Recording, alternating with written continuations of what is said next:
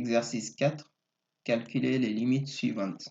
Première question, limite lorsque x tend vers plus l'infini de 3x carré moins x.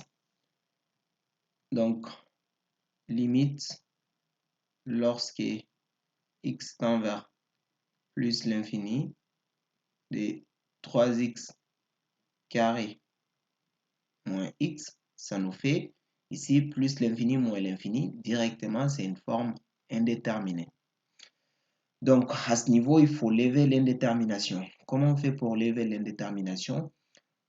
Dans ces genres de situations, c'est simple. On met les monombres les plus hauts degrés en facteur. Donc, dans notre cas, on a 3x carré moins x. Donc, le monombre le plus haut degré, c'est x carré.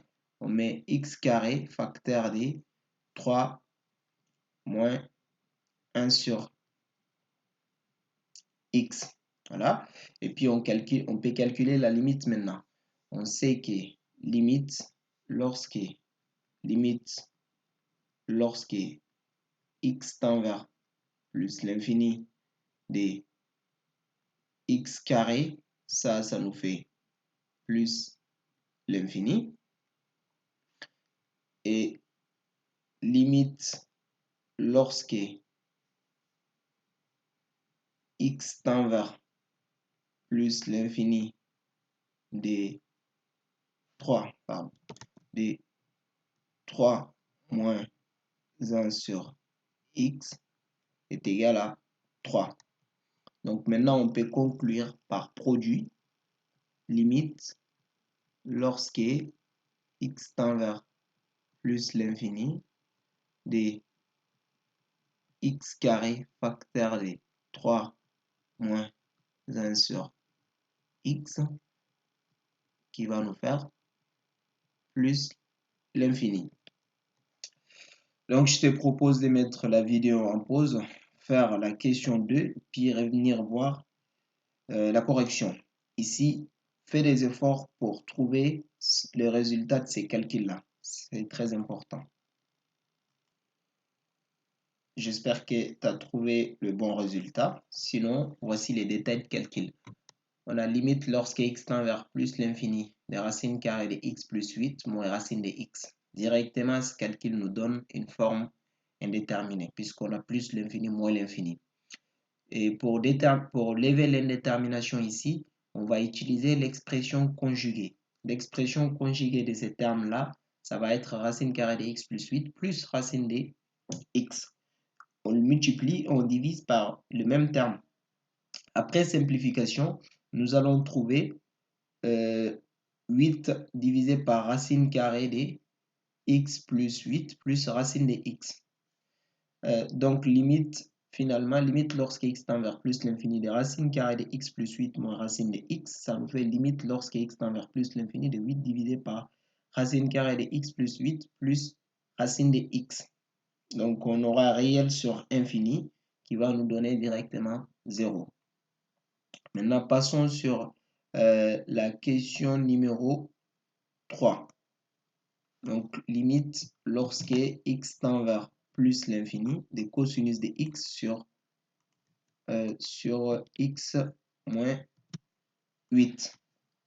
Donc, tout de suite, on ne peut pas savoir en fait cette limite-là, puisque sur cosinus de x, ça va fluctuer. Et ici, il faut encadrer ça et ensuite utiliser les théorèmes des gendarmes. Par définition, on sait que cosinus est toujours compris entre moins 1 et 1. Voilà. Et puis, ensuite, on va diviser partout par x moins 8.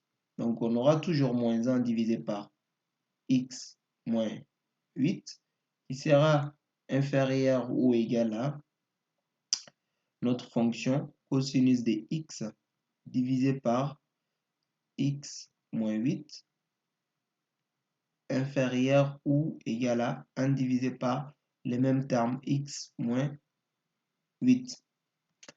Donc maintenant, on peut calculer la limite de ces deux fonctions. Donc limite lorsque x tend vers plus l'infini de moins 1 divisé par x moins 8, ça nous fait 0, puisqu'on a réel sur infini.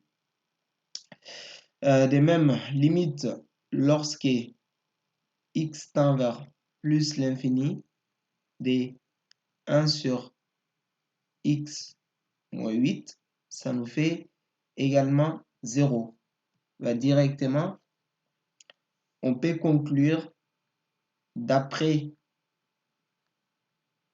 les théorèmes des gendarmes,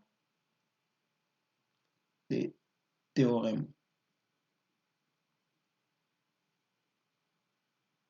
des gendarmes,